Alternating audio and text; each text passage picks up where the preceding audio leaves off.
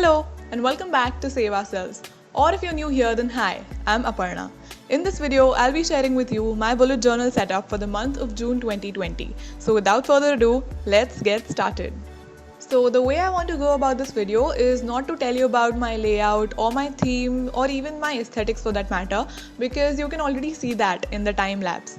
What I want to do here is share the intention for choosing the spreads that I have chosen for my June bullet journal, and also why I am incorporating all of these spreads and what use I intend to make out of them. So these are the things I want to share with you so that some of you might get encouraged or inspired to use these spreads yourself and see what use they can offer you in your own life as well. So let's get started with the cover page first. So the purpose of a cover page is to summarize the entire month in one single glance, and that's why I always try to incorporate some form of a calendar on my cover page. So this month I am putting just a small tiny calendar, because if you follow my other videos, you'll know that I have a complete notebook organization system in which I have a separate planner to hold down all of my monthly events and tasks and all of that. So here's just a tiny little version just to get an overview for the month, and alongside that I also have a section for writing down my goals and manifestations that I might have for this month, because those are the things I want to focus my energy on for this month.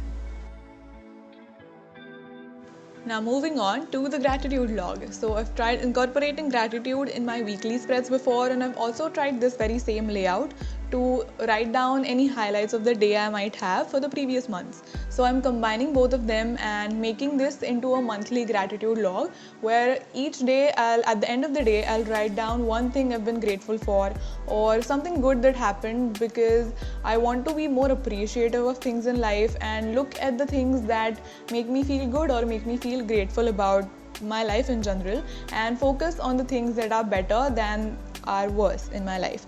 So this is the intention of incorporating a gratitude log, and I just want to see if over the month, if it's easier for me to be appreciative and grateful for things, and if gratitude becomes easier with practice. So this is the intention I have for including the spread in my June bullet journal.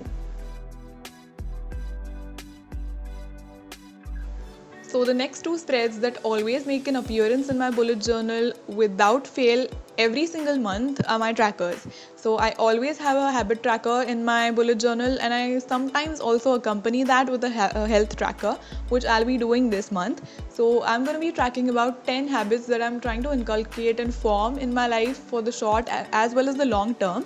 And tracking my habits gives me a boost of motivation, because when I see how far I've come, it inspires me to keep going at it and be continuous with that habit.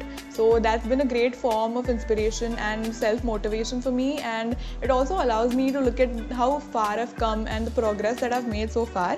And also my health tracker, because it allows me to look at how healthy I've been that month, or how healthy did I feel that month. So along with that, I also have a mood tracker, but this year I've set up a full year's mood tracker well in advance, so I don't have to keep on adding it every month. So trackers are a great way to aid my process of self-improvement, and I really like including them in my bullet journal. And the last spread that I'll be adding to my bullet journal is the first week of June. That is the first weekly spread. And it is so satisfying that June starts out on a Monday, because then I can include the entire week plus my weekly task section and make use of both the pages fully. And it's all these little things in life that give me joy and make my day really. So apart from all of that, the way I like to plan out my weekly spread is to give each day a vertical chunk of space, so that every page has 4 days, the other page is 3 days, and my weekly task section. And so that every day gets like a vertical space wherein I can include all of my little to-dos and tasks and reminders that I may have during the day. And if you ask in terms of quarantine, what are the things that I add to my list, then it's all of my habits and the small things I'll do, working on Save Ourselves, reading, and all the smaller chores that I don't otherwise get to add in my to-do list, because then it becomes too big. But right now it's proving to be a very efficient tool to get me out of bed and get me going and let me be as productive as I want to be, and it's really enjoyable to use my bullet journal during this time. And now here is the final flip through of all of the spreads that I made for my bullet journal in the month of June. I hope that this video was useful for you in some way or the other, and that you enjoyed watching me make my spreads and listening to all of the intentions for including all of these spreads in my bullet journal. If you found it to be useful in any way, do give it a thumbs up and let me know in the comments below. And also don't forget to subscribe to my channel. I'll see you next week. Bye bye.